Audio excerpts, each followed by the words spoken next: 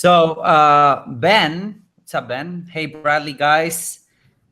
I'm following your approach of creating videos for a professional niche in a particular city and then scaling out, doing the same for each city with 50K plus population across the state.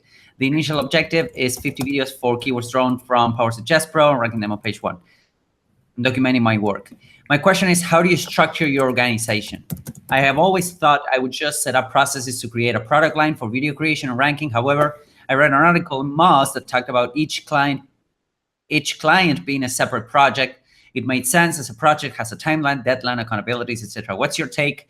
Do you treat each client objective as a project like this? So if you don't mind, I'll go, and then I would definitely love to say about this. But you know, Ben, I had that exact same issue when I had my SEO company, and I still do some SEO work, don't get me wrong, but I used to treat every customer and every client as a custom project, you know?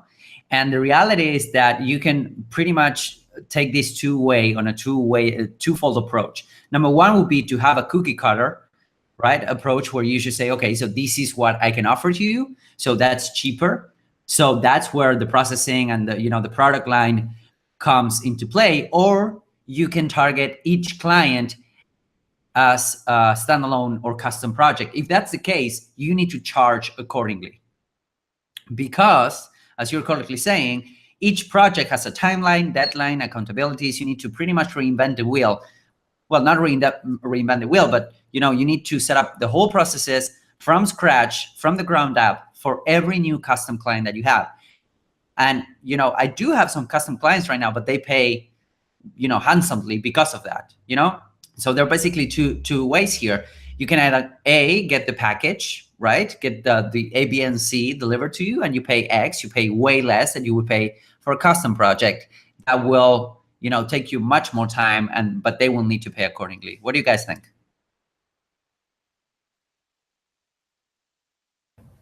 Sorry, I was muted. Yeah, no, I agree with you, Hernan. And I think there's, to answer Ben's question, you can kind of do a hybrid of both, Ben. There's a lot to be said for having like kind of a templatized process for any client, and you can do that. In other words, you can kind of set up an assembly line regardless of the client.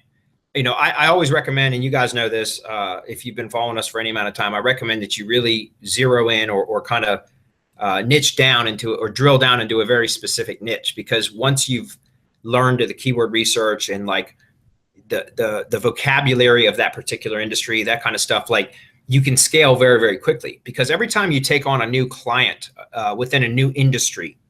So if you are just like a local marketing agency in a particular city, for example, you're going to take on all different kinds of clients. You're going to have contractors and maybe dentists and insurance salesmen and perhaps real estate, whatever. There's so many different business types out there. And every time that you take on a new industry type of client, you have to go through that whole research process all over again.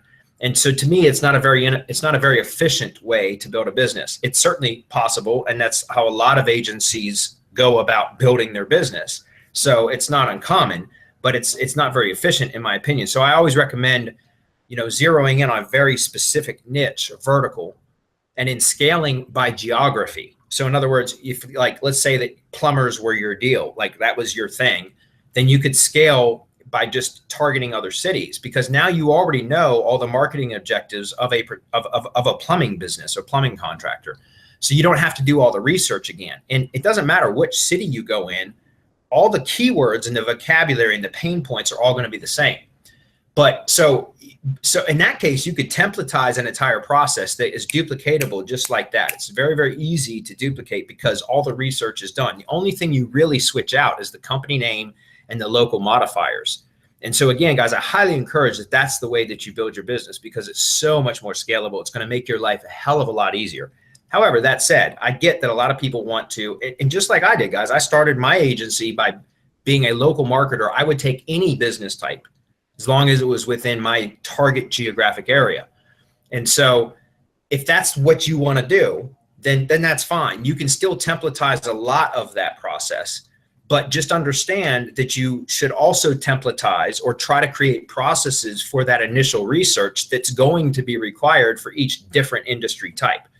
So although the actual like keyword research and understanding the vocabulary and finding what the pain points are in the market, all of that is going to be unique or specific to each individual business type within your market area or your target area, your farm area, so to speak.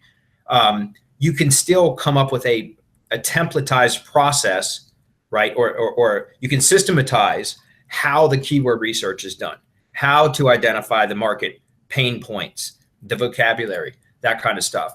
And so it's not an easy task to do that kind of stuff, guys. But once you develop the process for developing it, and Mike Cooch, who does a lot of local marketing stuff, he calls it the process, right? And that's developing a process for developing processes. And that's absolutely critical if you want to scale your business. And that's something like we just talked about a few moments ago, is learning how to scale a business. You need to always create processes out of everything that you do in your business so that you don't have to continue doing it over and over and over again. You can outsource it. When you have working procedures or documented process or standard operating procedures, basically, for any particular task, then you can outsource that or delegate that off to somebody else. And so that applies to even keyword research and doing market research, period. You can still process or systematize that process itself. And again, it's not an easy task, but it's something that can certainly be done. So if that's, either way, however you want to do it, Ben, is really going to be up to you. It depends on how quickly you want to scale. You're going to do more work if you try to cater to multiple industry types than you would if you just niche down into one specific industry. But again, it really comes down to what it is, what type of business you want to build. Good.